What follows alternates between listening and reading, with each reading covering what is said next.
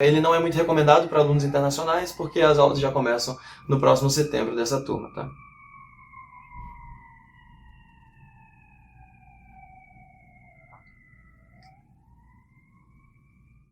E aí, família, hoje eu vou falar sobre o processo seletivo para entrar no MBA internacional.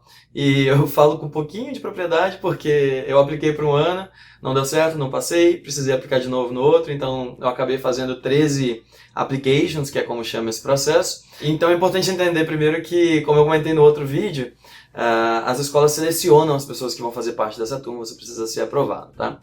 Para essa seleção, as escolas em geral pedem que você monte um dossiê sobre você. Cada escola tem lá o seu sistema, o seu portal para você preencher e anexar as documentações. Esse dossiê ele é basicamente composto de 4 partes, tá? A primeira seção ela é uma seção de notas, então o elemento talvez que mais caricato desse processo de aplicar para o MBA internacional, ele está dentro dessa parte, que é o GMAT, G-M-A-T. Ele é uma prova super chatinha, é um pesadelo de muita gente, porque você precisa resolver a prova de um jeito muito específico e as notas de corte das principais escolas são bem altas. Existe uma alternativa para o GMAT, que é o GRE. Eu não sei falar muito bem sobre o GRE, mas eu sei que para quem tem dificuldade no formato da prova do GMAT, o GRE pode ser uma boa alternativa e vice-versa.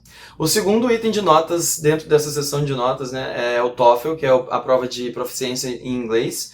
E para ser bem honesto, se você tem um nível de inglês preparado para fazer o GMAT ou o GRE, você provavelmente não tem que se preocupar muito com o TOEFL, não deveria ser um grande item de preocupação, não. O terceiro e último item dessa parte de notas é o histórico escolar, é um pouco menos importante do que as outras notas, porque se você tiver boas notas de GMAT e GRE, o histórico pesa muito pouco.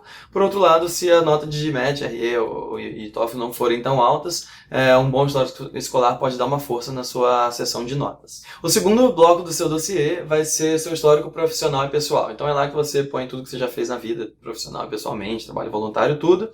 E esse bloco ele é super importante para as escolas, não só para trazer diversidade, como eu já tinha falado antes, mas nesse bloco as escolas procuram algumas características específicas, tá? Como liderança, ambição, progressão de carreira e alguns valores, algumas características específicas de cada escola também. O terceiro bloco do seu dossiê vai ser a parte de essays, a parte de redações, tá? Então cada escola tem 1, 2 ou 3 perguntas específicas para você preencher, para você escrever sobre você.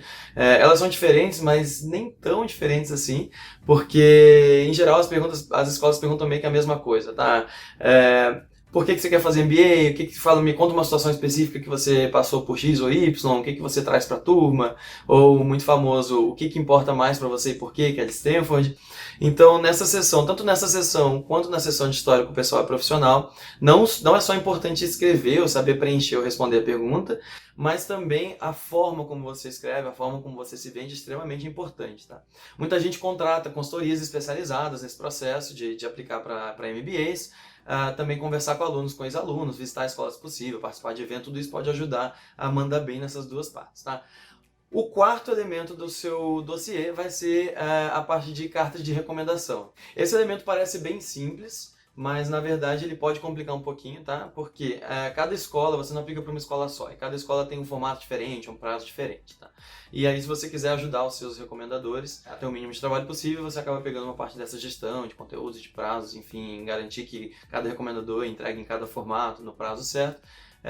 Isso pode dar algum trabalho. Em geral, as escolas, ou todas as que eu apliquei pelo menos, pedem 2 recomendadores. Um deles precisa ser ou o seu gestor imediato, atual ou recente, ou você precisa justificar por que o seu gestor atual ou recente não está te recomendando.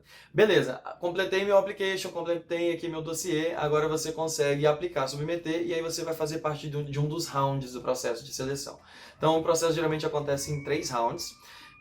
O primeiro por volta de setembro, o segundo por volta de janeiro, o terceiro ele não é muito recomendado para alunos internacionais, porque as aulas já começam no próximo setembro dessa turma, tá? E aí, aplicou, você pode ser selecionado ou não para a próxima etapa de entrevista, e depois da entrevista é tão simples quanto esperar o resultado, passei ou não passei. Essa estrutura global da maior parte das escolas é uma estrutura bem genérica e geral. Algumas escolas têm alguns itens específicos, como por exemplo o MIT te pede para gravar um vídeo. Para esse vídeo não ficar muito longo, não estou falando aqui sobre como se preparar para cada uma desses itens, dessas etapas, isso vai ser um assunto de um próximo vídeo. Mas se você ficou com alguma dúvida e quiser saber mais alguma coisa sobre essa estrutura de seleção, comenta aqui no vídeo, me manda mensagem e a gente vai se falando. E a gente se vê no próximo vídeo. Fechou? Beijo!